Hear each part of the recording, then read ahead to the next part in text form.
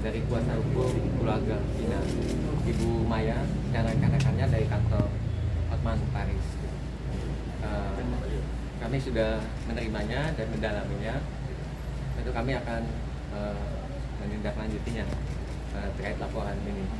Laporannya berupa apa, Pak? Laporannya terkait dengan perkembangan kasus pembunuhan Vina, perkembangan penyidikan dan lain-lain. Kemudian yang paling concern ke Komnas HAM terkait dengan perlindungan kelompok rentan perempuan dan anak. Terkait dengan kami ingin memastikan proses hukum yang adil terhadap kelompok rentan ini, perempuan dan anak sebagai korban Vina.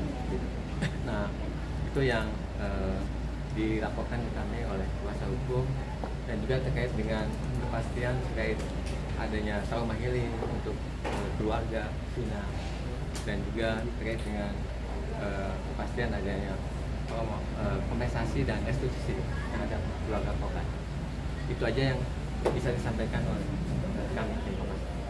Restitusinya itu seperti apa, Pak? Kalau hitungannya nanti gimana restitusinya? Restitusi kan ini sedang, jadi kami kan datang hari ini memang menyampaikan dulu perkembangan kasus yang saat ini sedang kita tangani, kasus Vina, dan kami menceritakan kronologis, kemudian dari segala hal sampai ke DPO yang sampai hari ini juga kita sudah tahu bahwa ada 2 yang tidak ada. Nah, ini yang kami sampaikan ke Komnas HAM. Kemudian kalau perihal restitusi itu nanti kami akan bicarakan terlebih dahulu dengan Pak Hotman, hasil dari pertemuan kami hari ini dengan Komnas HAM gitu. Mbak, soal yang DPO ini tiba-tiba dari 3 jadi 1 gitu gimana? Ya, pada intinya kami kan tetap beracuan, itu kan ada putusan. Putusan itu adalah produk hukum yang sudah berkekuatan hukum tetap. Di situ jelas ada 3 nama yang ada di dalam putusan yang sudah disampaikan di fakta persidangan. Tentunya kami masih beracuan pada putusan tersebut. Karena jika itu dihilangkan, siapa yang akan bertanggung jawab dalam kematian Vina? Seperti itu. Kalau untuk trauma ini yang dialami sama keluarga sampai saat ini apa aja? Ya, trauma ya sangat luar biasa, masih terus mengingat kebiasaan si Vina, mengingat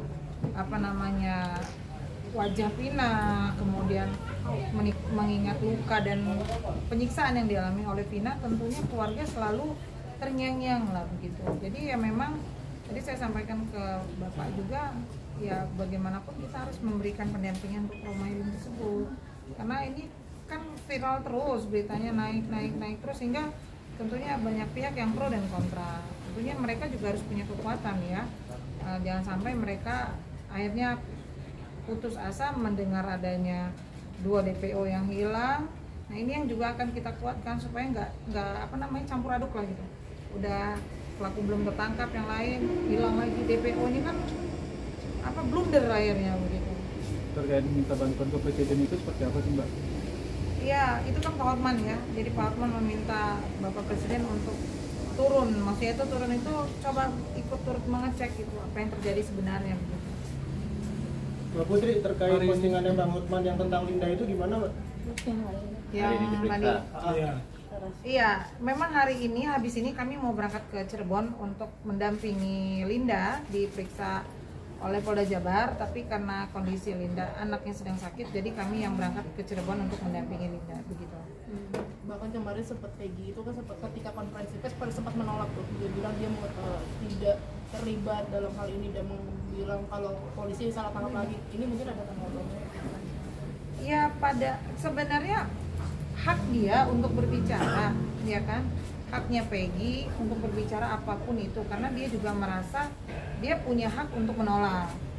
Kalau kami ini kan kuasa hukum korban, tidak bisa berkomentar banyak karena kami tidak tahu tahapan penyelidikan, tahapan pemeriksaan kami tidak tahu. Hingga mengkerucut Peggy ditetapkan tersangka, berarti kan ada keyakinan dari kepolisian.